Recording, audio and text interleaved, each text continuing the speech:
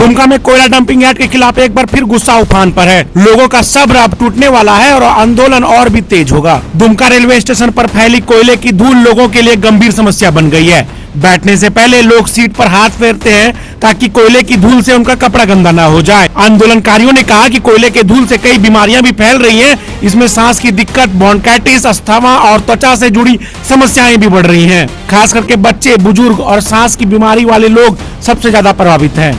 आंदोलनकारियों ने कहा कि उन्हें 75 हफ्ते तक धरना दिया लेकिन कोई ठोस कदम नहीं उठा। रविशंकर मंडल ने कहा कि यार्ड नहीं हटा तो कोयला गाड़ियों का परिचालन रोक दिया जाएगा। वहीं राधेश्याम वर्मा ने कहा कि कोयला डस्ट से लोग बीमार हो रहे हैं और अब आंदोलन और भी तेज होगा। जब तक कोयला डंपिंग यार्ड नहीं हटेगा तब तक ये लड़ाई जारी रहेगा। काला डस्ट, जबकि अभी तुरंत यहाँ पे आप देखिए कितना सारा, देखिए यहाँ बैठने के लिए देखिए कहाँ बैठेंगे। आप बताइए कि इसमें कौन सा यात्री आके यहाँ बैठ पाएंगे। आप पूरा प्लेटफॉर्म में देख सकते हैं, यहाँ पे देखिए कितना पूरे, देखिए यहाँ पे डस्टबिन के पास देखिए, इधर दिखा सकते हैं चारों तरफ भरा हुआ, कितना काला काला डस्ट हो गया है। यहाँ पे आदमी मतलब 10 मिनट भी यहाँ पे आदमी आके रुक नहीं सकते हैं, ये स्थिति है। और जबकि यहाँ पे घंटों घंटों ट्रेन का ठहराव रहता है, ट्रेन जो लेट आते हैं उसके लिए पैसेंजर वेट करते हैं। इसी सब मुद्दा को लेकर हम लोग अब एक फिर से धरना शुरू करने जा रहे हैं और हम लोग जब तक यहाँ से कोयला डंपिंग यार्ड नहीं हटाया जाएगा तब तक हम लोग धरना देते रहेंगे। प्रशासन से लेके जितने भी नेता मंत्रीगण हैं सभी आदमी मिले हुए हैं।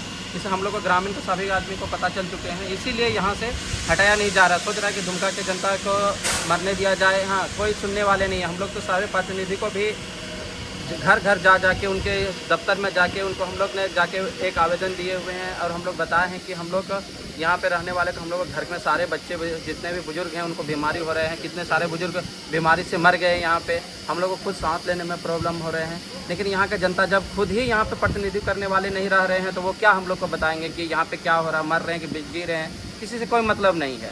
इसलिए हम लोग अपना लड़ाई खुद लड़ेंगे और हम लोग इसको समाधान भी करेंगे। हम लोगों की बातों को सुना नहीं जा रहा है, इसलिए अब हम लोग चरणबद्ध तरीके से हम लोग धरना स्टार्ट करने वाले हैं और यहाँ पे चक्का जाम करेंगे। सिर्फ कोयला गाड़ी को रोकेंगे, बाकी बात किसी दूसरे गाड़ी को हम लोग नहीं रोकने का काम नहीं करेंगे। सिर्फ चक्का जाम करके सिर्फ कोयला गाड़ी को हम लोग साइड करा के अनिश्चितकालीन तक धरना में हम लोग उसको दे के रोक के उसको रखेंगे जब तक हम लोग को ये 15 दिन या 1 महीना के अंदर विश्वास नहीं दिलाया जाएगा कि यहाँ से कोयला डंपिंग यार्ड हटा के किसी दूसरे जगह शिफ्ट करेंगे। अनिल दुबे जी को तो हम लोग फिर से जब चुनाव टाइम आए थे तभी भी उसने बोले वादा करके सिर्फ यहाँ से चले गए।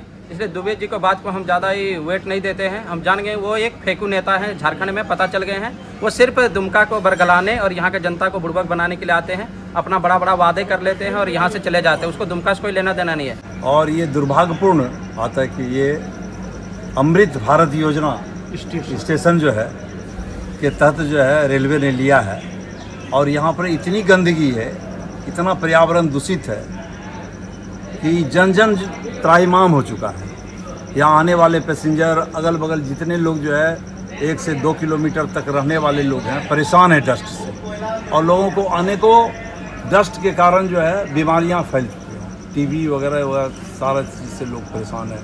खास करके हार्ट की बीमारी से ज़्यादा परेशान लोग हो रहे हैं। और मोदी जी का स्वच्छ भारत योजना जो है वो पूरा का पूरा फेल है। भारत का ये पहला रेलवे स्टेशन है जहाँ की इतना प्रदूषण है। अब आप बतलाइए यहाँ पर कि हमारे जो जनप्रतिनिधि हैं, जो जनता की आवाज़ कहलाते हैं, हमारे माननीय विधायक और माननीय सांसद, इन्होंने कभी भी विधानसभा में या लोकसभा में इस मुद्दे को उठाने का काम नहीं किया। कोई जनता के साथ लड़ाई लड़ने का काम नहीं किया। और इसमें यहाँ के खास करके हम लोग को, हम जैसे सामाजिक कार्यकर्ताओं को यह बात मालूम है कि दाल में काला है, इसलिए कि JVR कंपनी के द्वारा इन लोगों को मोटा कमीशन दिया जाता है। BGR कंपनी के द्वारा मोटा कमीशन इन लोगों को दिया जाता है। यहाँ के प्रशासनिक पदाधिकारियों को भी जो है BGR कंपनी के द्वारा खरीद लिया गया है और रेलवे को इतना राजस्व मिलता है और ख़ासकर उनके पदाधिकारी को, वो बार बार आते हैं और ये वादा करते हैं कि जो है हम यहाँ से रेलवे स्टेशन में ये लोडिंग सेंटर को हटा देंगे। और इसी वादे के तहत जो है यहाँ पर 5 किलोमीटर आगे जा कर के जो है कुरवा बना लोडिंग सेंटर, लेकिन अभी भी इसको नहीं हटाया गया। ये दुर्भाग्यपूर्ण बात है। और ख़ास करके लोकतंत्र में जनता को ये अधिकार है, अपने अधिकार के लिए वो स्वतः आगे आकर के लड़ाई लड़े।